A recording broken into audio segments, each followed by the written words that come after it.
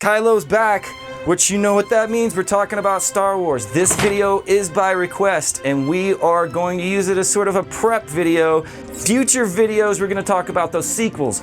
But we can't do that until we introduce you to the meta nature of the Filoni-verse. Let's get cracking.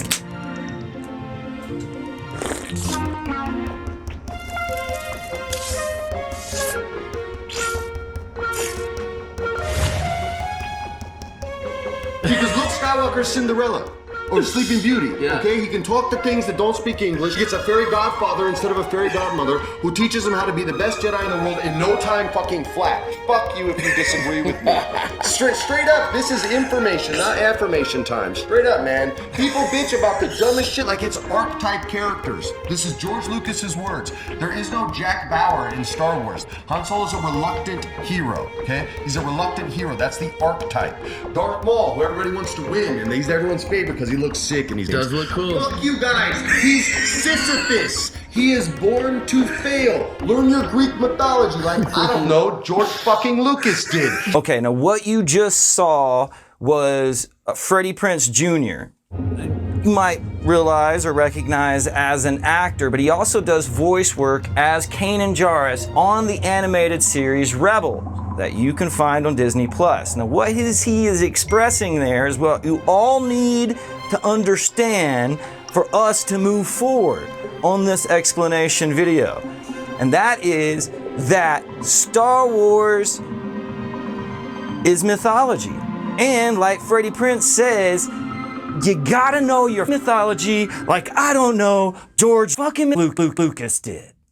Well, I think that the Star Wars is a valid mythological perspective, and the state is a machine. Is the machine going to crush humanity or serve? So we're talking about Omega. Who is Omega? On the Bad Batch, the 2021 animated series that came on Disney+. I don't believe it. That's Clone Force 99. That's like intro to Disney+, not like one of these old ones that happened like a dozen years ago that was on Disney+, and you can find them there now. I'm rambling, aren't I? Okay, pull yourself together. Stay on target, stay on target. So there's these clones, right, man? And the clones are like not like the other clones, they're like the real weird clones. You know who we are. Hunter, Echo, Tick, Wrecker, and Crosshair. And then they befriend like this other girl clone who's just like the other clones, and that basically makes her on like, you know, the same level as like a sibling to the most popular clone ever. Anyways, where I'm going with this is that I think that the trooper nature of the Bad Batch raising Omega will basically make Omega a super trooper. No, not that super trooper, dude. Look, okay. All right. We got to bring this together, guys. She's going to be this kind of super trooper. All right, okay. And we're going to show you how we get there by using Freddie Prinze Jr. as like a springboard. And let's talk about the mythology of Star Wars. Care to introduce your new friends, Kenny? Yes, Master. This is Wrecker, Hunter, Echo, Tech, and Crosshair. Now don't tell me who you are. Let me guess. I know. You're dumb, and you're special. And you're sleepy, and you're sleepy. And you must be Happy Man. That's me. And this is Boba. He don't talk none. Oh, look, it talks. You can talk. I'm so glad. So one of the individuals that is blatantly taken directly right out of mythology is Hera Syndulla. She is one of the leaders of the rebels and basically is the mother of the gods. What the rebels became or are to become is based off of her. Now, who is Hera? In mythology, she is the wife of Zeus. The baby.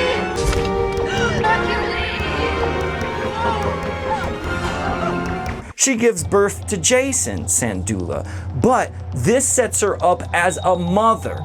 Jason Sandula is a demigod, son of a Jedi and son of Hera. Hera fought in the Battle of Endor. By that time, there had been a new member added to the crew of the Ghost. Spectre 7, Jason Sandula. Learn your Greek mythology like, I don't know, George fucking Lucas did. Another individual that's very interesting to talk to.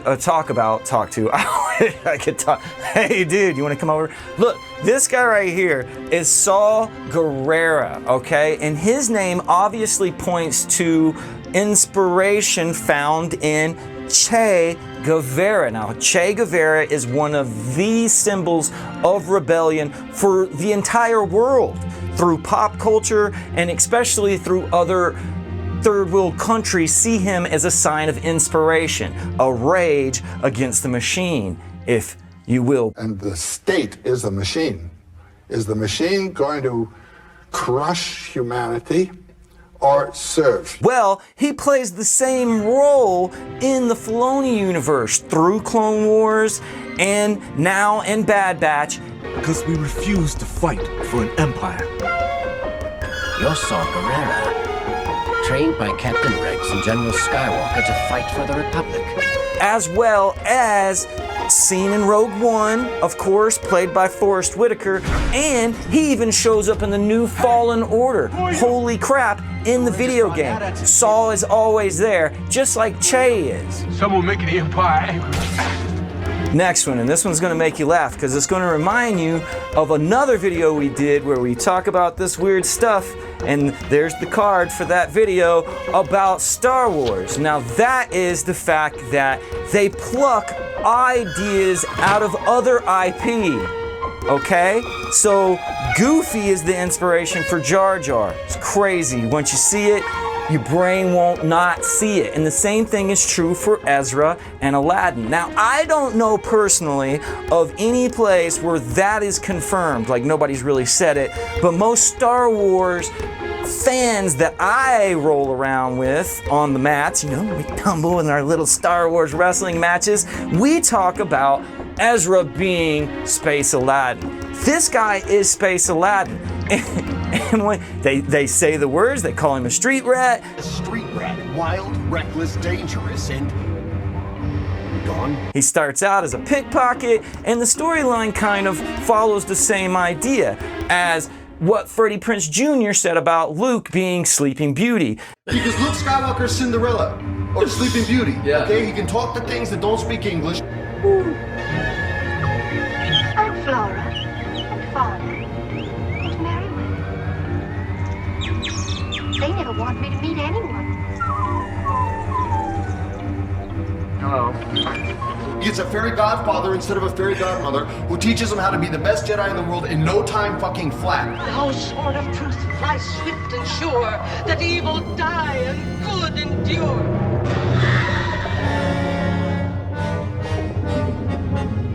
Not as clumsy or random as a blaster. Elegant weapon, but a more civilized age. The hit points of Sleeping Beauty are not all there, but the idea relays. Like Sleeping Beauty, Luke's potential is left dormant, unconscious, not known to the outside world. Well, the same thing's true about this guy. He doesn't have a genie. Ezra's relationship to the Force works as the same relationship as Aladdin to the genie.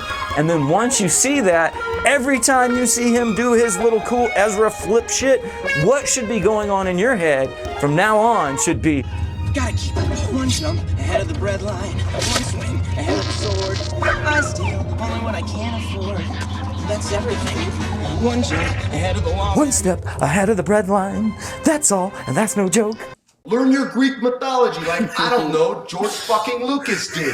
The next one we'll introduce to you is Kanan Jarrus. Now, Kanan Jarrus basically plays the genie to Ezra's Aladdin.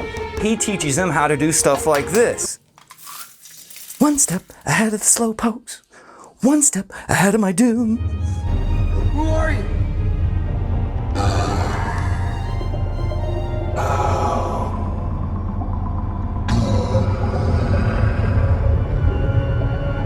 ahead of my doom though, that's a perfect segue because now we're going to talk about Caleb Doom, who we see at the beginning of Bad Batch, but who's also Kanan Jarrus in Rebels. Yeah, he starts in Rebels, and guess what? That's where Freddie Prinze Jr. comes from. That's who he voices.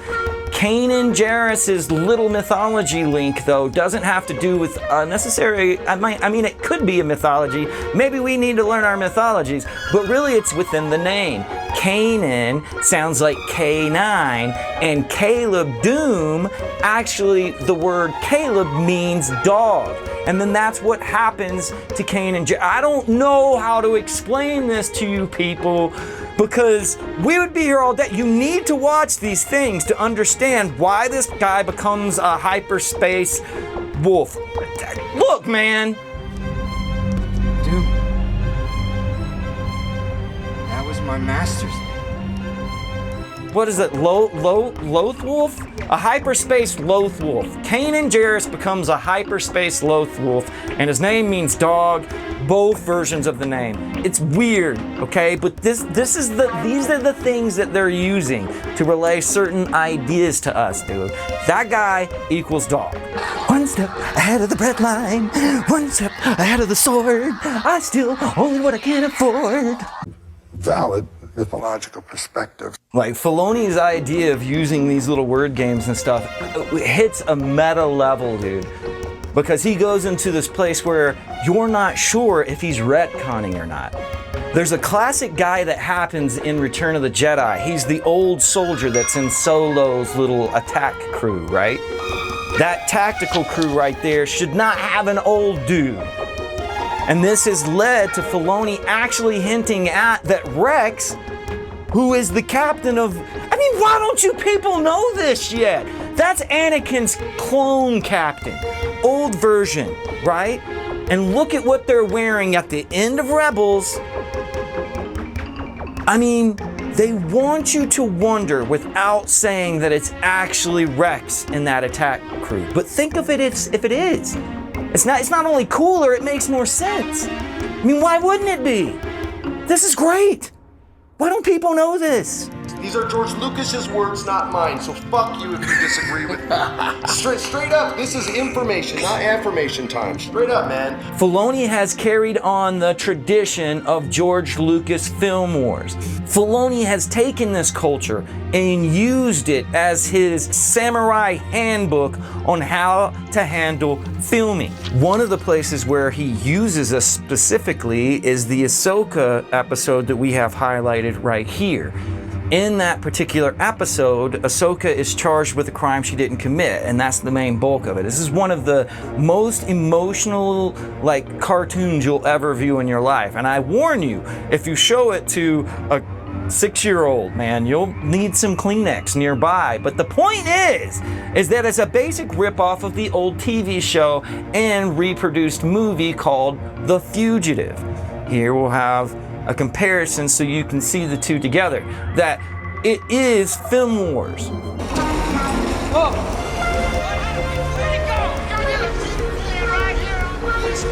Better throw my hand in. Oh.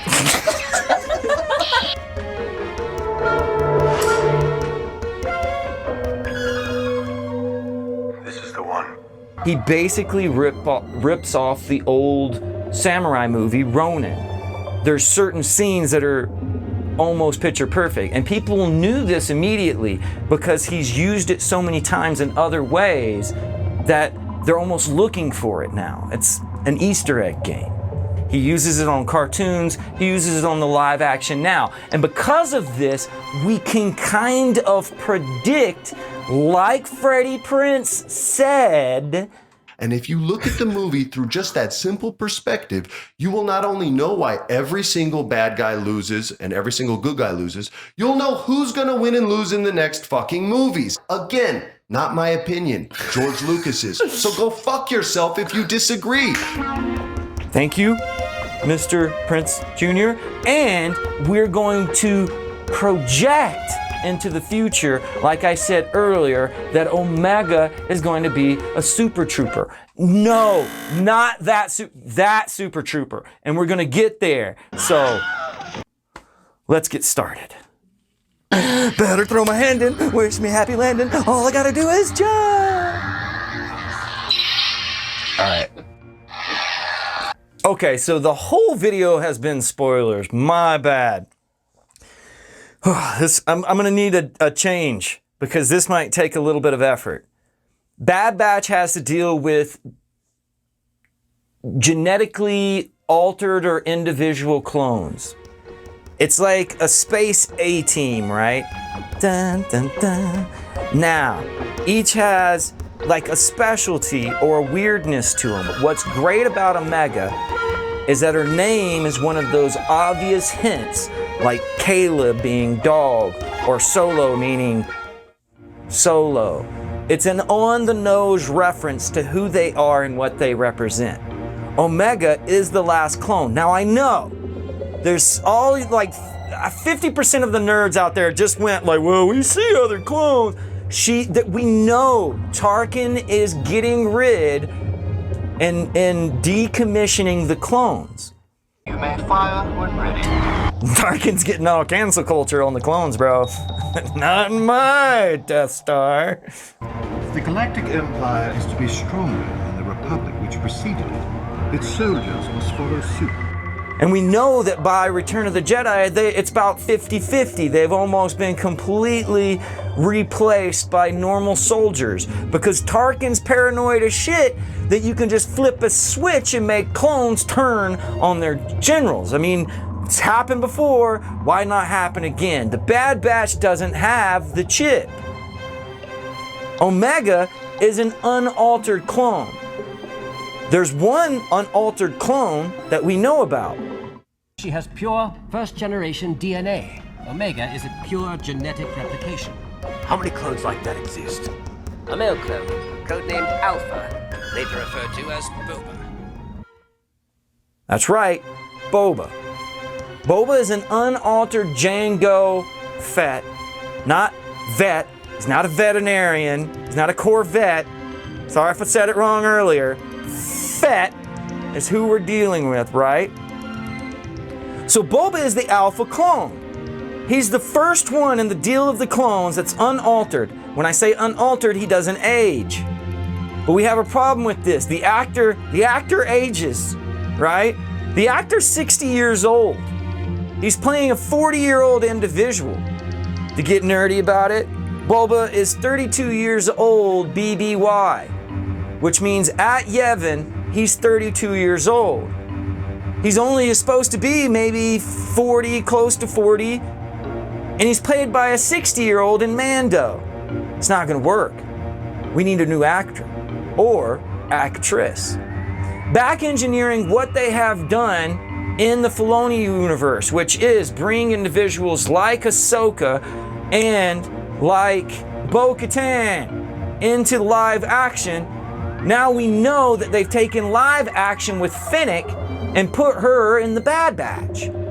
So they're doing it backwards. We can only assume that Omega, being the last clone, is there to replace Boba.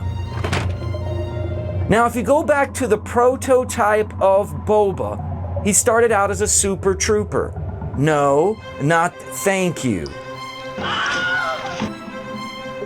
Boba is a super trooper by design. If we take the idea of Omega back to the original idea of Boba, dress her in white, raise her by the Bad Batch, we have a bad bitch to replace Boba. We can assume, because Fennec is involved, that this is going to be carried out in the Book of Boba. Season 1, Season 2, who cares?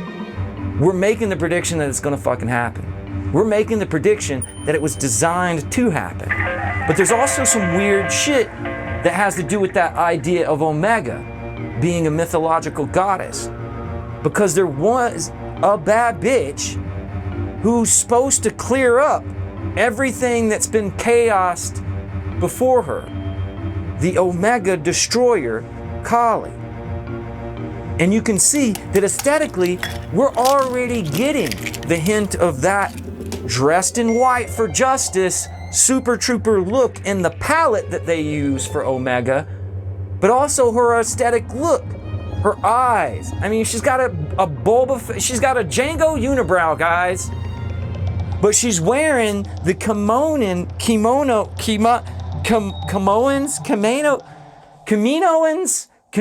she's wearing the little thing that the other ones wear. Kaminoans. Thank you.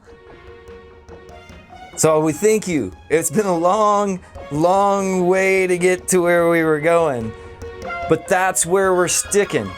We're saying and we're predicting that Omega will wear a Bad Batch reminiscent armor that also looks like the Proto Boba. And that she will show up in relationship to Boba. They're brother and sister.